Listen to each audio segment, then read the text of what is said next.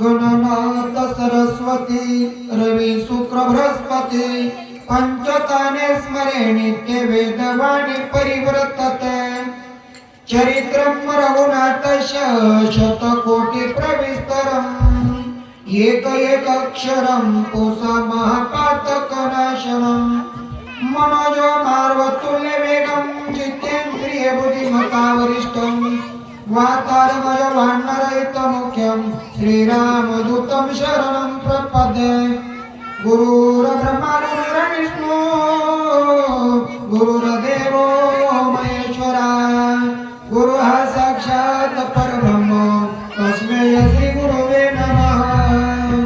ओम नमो ज्ञात्या वेद प्रतिपाद्या जय जय सुसवेद्यात्मरूपा देवा तुझी गणेशु सकल ऋतमती प्रकाशो मने निवृत्ती दासु अवधारी योजी हे शब्द ब्रह्मासे सतीची मूर्ती सुवेश जेत वर्ण पुनरदोष मिरवतासे स्मृती तेची आवे वदे कांगिक भाव एक लावण्याची ठेवारत शोभा अष्टादश पुराणे तेची मणिभूषणे पद पदती केवने प्रमय रत्नांची पुंडलिकावर धारी विठ्ठल श्री ज्ञानदेव तुकाराम प्रभु रामचंद्र भगवान की जय पवन सुत हनुमान स्वामी महाराज शांती ब्रह्म एकनाथ महाराज की जय गजानन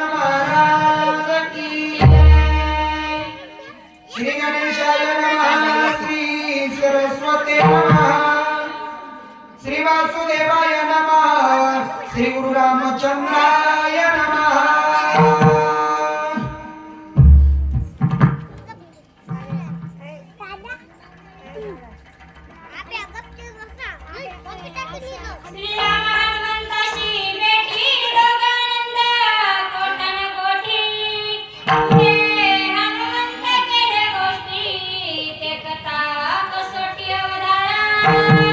श्री गणेशाला वंदन नाथ माऊलीच्या चरणी नतमस्तक ऐकणारे सर्व श्रोते मंडळी माता माऊलीच्या चरणी नतमस्तक गजानन बाबाच्या पायाशी लोटांगण घालून कथेचे अनुसंधान नाथ माऊली ऐकणाऱ्या श्रोते मंडळीला परिहार देतात। कालच्या अध्यायामध्ये प्रभू रामचंद्राची आणि हनुमंतरायाची भेट झाली आणि त्या भेटीचा आनंद आपण सर्वांनी श्रवण घेतलेला आहे सर्वाला आनंद मिळालेला आहे आणि तो आनंद प्रभू रामचंद्राची आणि हनुमंताची भेट झालेली एवढा आनंद झाला त्रिभुवनामध्ये मावेला एवढा हनुमंताला आनंद झाला का तर मला सामर्थ्यवान गुरु आज माझ्या गुरुची मला भेट झाली असं प्रभू रामचंद्राला बघितल्याबरोबर हनुमंतरायाची मनस्थिती झाली आणि आनंदित होऊन हनुमंतराया प्रभू रामचंद्राला आता आजच्या अध्यायामध्ये बोलणार आहे। मग काय बोलतील काय त्या ठिकाणी उपदेश करतील रामप्रभू काय बोलणार आहे त्याचं कथन आपल्याला ऐकायला भेटणार आहे। हनुमंतराया काय बोलतात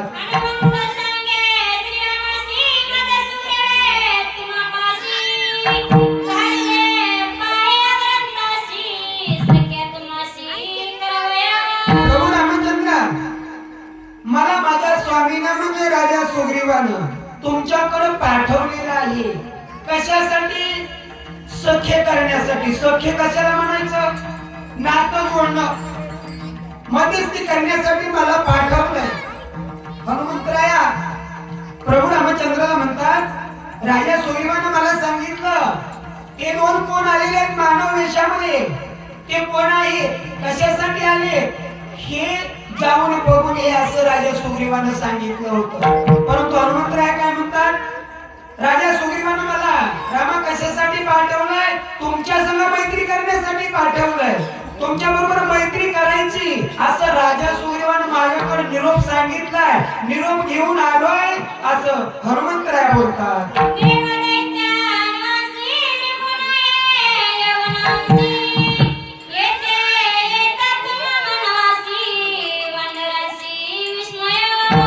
प्रभू रामचंद्र राजा सुग्रीवानं तापस वेशामध्ये तुम्ही या ठिकाणी आलेला आहे आलेलो आणि पाहिल्याच्या नंतर देव दानव या वनामध्ये यायला थर घेतात थर, एकाची हिंमत होत नाही यायची. आणि तुम्ही या ठिकाणी आला आणि आलेचं आश्चर्य आमच्या राजा सुग्रीवाला झालं. मग हे कोण आहे, कशासाठी आले हे जाऊन हनुमंता विचारून ये. त्यांच्या संग मैत्री करायची हनुमंतरायांनी मध्यस्थी करण्यासाठी शब्द टाकलाय. मी सख्य करायला आलोय, फक्त कशासाठी आले, कोण आहे याची वार्ता विचारून ये असं राजा सुग्रीवाची परवानगी होती. हनुमंत म्हणतात नाही रामा, मी मैत्री जोडण्यासाठी आलोय. मग मी या ठिकाणी तुमच्याकडं मध्यस्थी करायला आलेलो, माझ्या गुरुचा आदेश आहे. तू काय कर, त्यांच्या संग आपली नाळ जोडायचा प्रयत्न कर असा मला शब्द दिला. म्हणून रामा मी इथं आलोय. माझ्या राजाला आश्चर्य वाटलेलं आहे. हे मानव आहे आणि हे मानव असताना या ठिकाणी आले कसे, जाऊन कोणी विचारून ये आणि ते विचारायला आलोय असं रामाला बोलतात.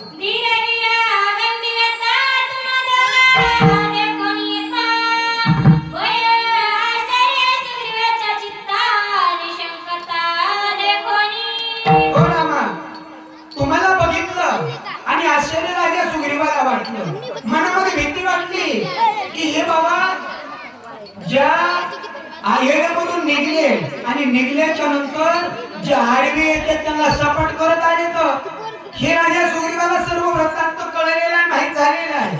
म्हणून राजा सुग्रीवाला तुमची भीती वाटली आणि भीतीपोटी राजा जाऊन लपून बसलेला आहे. आणि मग हे कोण आहे, कशाला आले, तो जाऊन विचारून ये. म्हणून मला पाठवलंय रामा असं त्या ठिकाणी हनुमंत बोलतात.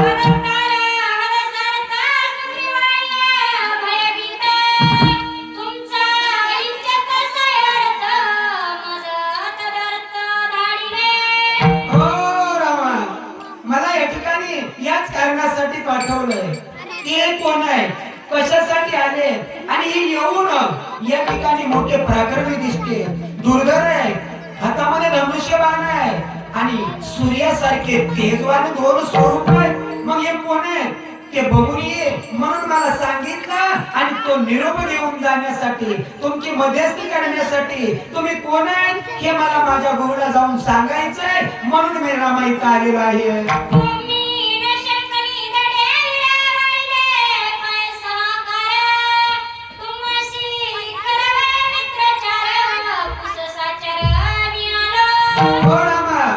तुम्ही दुर्दैवी होते, तुमच्याकडे बघितल्याबरोबर तुम्ही कसे ते कळतं, समोरचा माणूस कसा आहे हे बघितल्याबरोबर कोणालाही कळतो. हा साधू आहे का मोठं साधू आहे का हा तापसी कसा आहे ते कळतं. पण त्याला ज्ञान असावं लागतं, शास्त्राचं ज्ञान लागतं. आणि ते ज्ञान कोणाला आहे, हनुमंतरायाला आहे. हनुमंतराय म्हणतात माझ्या राजानं तुम्हाला पाहिलं आणि पाहिल्याच्या नंतर त्याला आश्चर्य वाटलं. हे तापसी दुर्धर रविवारी असतील असा भास माझ्या राजाला झाला. आणि म्हणून कोण आहे जाऊन विचार आणि त्यांच्या संग आपल्याला मैत्री करायची. हे मध्यस्थी जोडणाऱ्याचं काम असतं. परंतु आपल्या मध्यस्थी जाणारे तसे नाहीच करत, त्यांचं कसं झुपण हे बघतात. हनुमंत म्हणले नाही, माझ्या राजानं रामा पाठवलं की तुमची आणि त्यांची मैत्री करण्यासाठी. मी त्यांचा नौकर आहे आणि आता मी तुमचा सेवक झालोय. हे कार्य करण्यासाठी रामा मी आलोय असं हनुमंत बोलतात.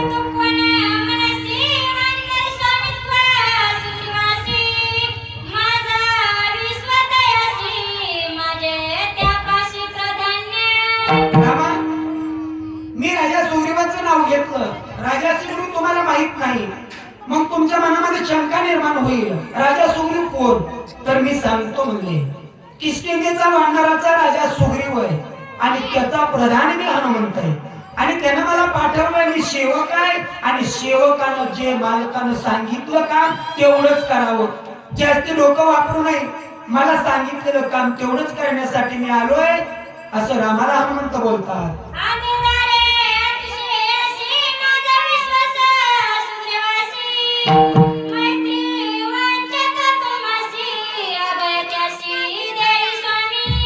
रामा ओ स्वामी, तुम्ही काय करा, मी या ठिकाणी मध्यस्थी करण्यासाठी आलेलो आहे, सख्यत्व जोडण्यासाठी आलेलो आहे.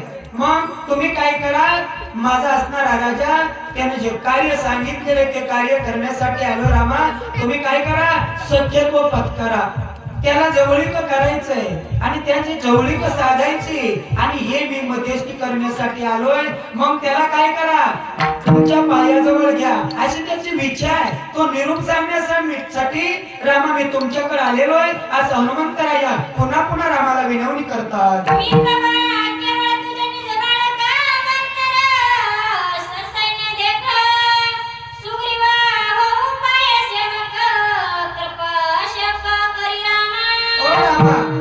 मी तुमचं बालक आहे, बालकाच्या चुका होतात, परंतु मातेचं कार्य काय असतं ते सपादून घेणं.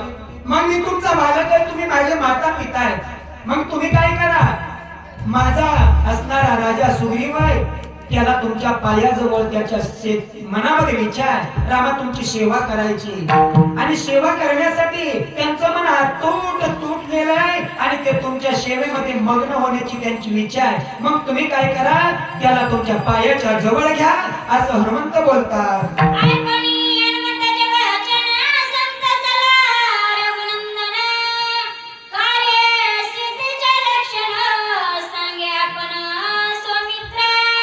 बघा, प्रभू रामचंद्राने हनुमंतरायाचं बोलणं ऐकलं आणि जे पाहिजे ते भेटल्याच्या नंतर त्या ठिकाणी आनंदच होतो. तसा आनंद प्रभू रामचंद्राला झाला आणि प्रभू रामचंद्राला आनंद झाल्याच्या नंतर प्रभू रामचंद्र लक्ष्मणाला या सख्यत्वाचं लक्षण, भक्त आणि देव यांचं नातं कसं असतं, त्यांची मैत्री कशी जुटते याचे लक्षण लक्ष्मणा मी सांगतो ऐक असं राम बोलतात.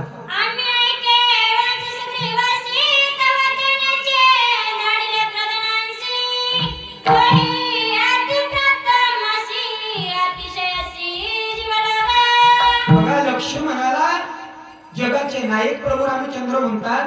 हे लक्ष्मणा, जे राजा सुग्रीवानं प्रधान पाठवतोय आणि पाठवलेला प्रधान आपल्याला या ठिकाणी बोलतोय, हा प्रधान साधा सुद्धा नाही आणि त्याचे बोलणं हे अमृता समय आणि तो जे बोलतोय तशा पद्धतीची वृत्ती त्या राजा सुग्रीवामध्ये आहे.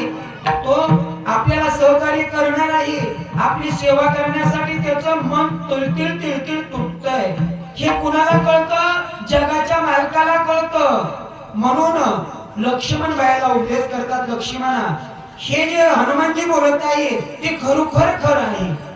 तू जे म्हणत होतास की वानर कपटी असावं, राजा रावणासारखं मायावी रूप दाखवीन आणि फसवीन, परंतु हे वानर तसं नाही. हे वानर मनोभावातून भक्ती करणारा वानर आहे आणि त्याचा राजा असणारा सुग्रीव जे नाव सांगतोय ना तो राजा पण त्या ठिकाणी सात्विक वृत्तीचा आहे, तो सेवा करणार आहे. हे प्रभू रामचंद्रांनी जाणलं आणि प्रभू रामचंद्र लक्ष्मणाला बोलतात.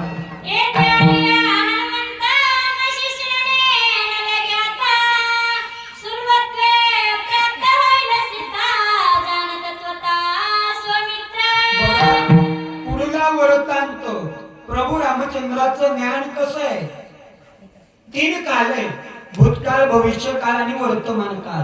ह्या वर्तमान काळ, भूतकाळ, भविष्य काळ झालेलं कुणालाही सांगता येतं, परंतु पुढचा काळ सांगणं सोपं नाही. आताचे मटक साधू काय करतात, भविष्यवाणी बघायला येतात, पूर्वीचं झालेलं डोळ्यामध्ये अंजन घालतात आणि सांगतात. सांगितलेल्या गोष्टी आपल्या मानवाला पटतात आणि पटल्याच्या नंतर पुढचं काही सांगितलं तरी खरं मानतात आणि हे भविष्य काळाचं ज्योतिषाचं आजची वृत्ती आहे. तसं रामाचं नाही, राम सर्व जाणणारे आहे आणि प्रभू रामचंद्राने हे जाणलं की हा राजा सुग्रीव आपल्याला सहकार्य करणार आहे. याच्यामध्ये हे मदतीला आलेला शेपटावाला बाबा आहे का, हे बाबा साधा सुद्धा नाही, तो आपल्याला सहकार्य करणार आहे. आणि याच्या कार्यानं पत्नी असणारी सीता देवी आणि तिचा शोध कराय आपण वनामध्ये भटकतो आणि तो हनुमंत त्या सीतेचा शोध लावणारा लक्ष्मणा हे मी पूर्ण जाणलेलं हे तुला सांगतो आहे.